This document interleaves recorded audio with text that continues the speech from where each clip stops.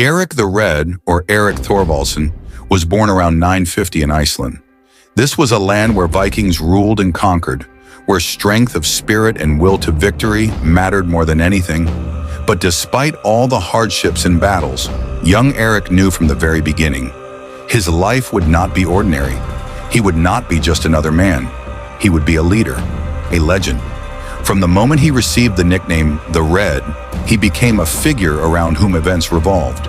His fiery red hair, which stood out among other Vikings, became his marker, a symbol that would forever be etched into history. But not everything was so simple. The Vikings did not respect the weak, and Erik soon found himself at the center of conflicts.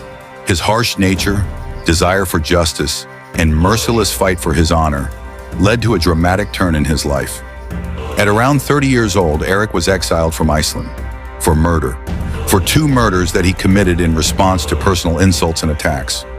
Officials and local authorities could not forgive his brutality, and the punishment was inevitable. Exile for 3 years became a turning point in Erik's life, but he did not surrender. Instead of lamenting his fate, he took responsibility for his life and destiny. This brutal injustice pushed him to take a new path, a path that would lead him to uncharted lands, a path filled with challenges, but also greatness. It was the beginning of his great journey.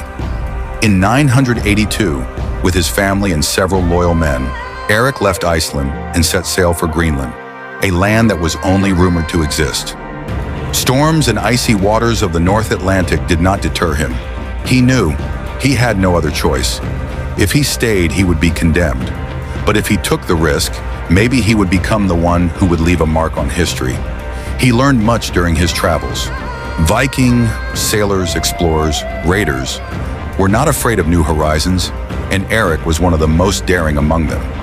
Greenland was wild and icy, yet he embraced it as his new home. He founded the first settlement, which became the foundation for future prosperity. But it was not easy. The land he named Greenland was harsh, almost uninhabitable. Erik knew that by calling this land Greenland, he could attract more settlers. It was his move. He deceived them, making them believe that life here would be easier than in cold Iceland.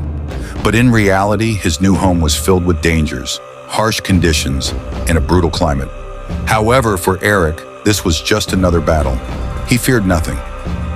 Years passed. Erik strengthened his settlement and became an important figure among the Vikings. But once again, an enemy appeared on the horizon. This enemy was not an ordinary man, someone he could negotiate with or make peace with.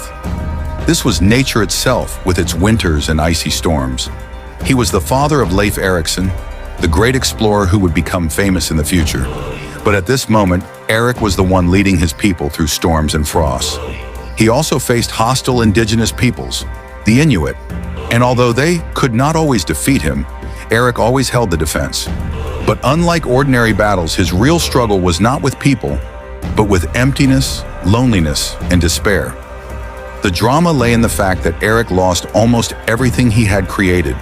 His settlement, though flourishing, was under attack, and with each passing year, survival became more difficult. There were times in his life when he felt that everything, his strength and morale, were running out. But still, he kept fighting. He was the one who managed to survive in conditions that killed others.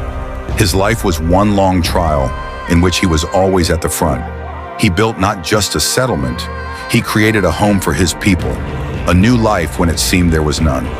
This feat became his legacy, his duty, and his torment. Erik the Red was the first person who took this risk, and in that lay his essence. He was ready to sacrifice himself for the future. But what happened next? His entire life was a battle, not just battles in the field, but a constant tension that tore him apart.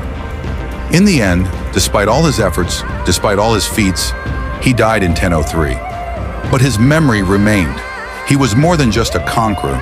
He became a symbol of perseverance and determination. His son Leif, who inherited his spirit and will, became just as famous. It was a passing of the torch, but it did not end there.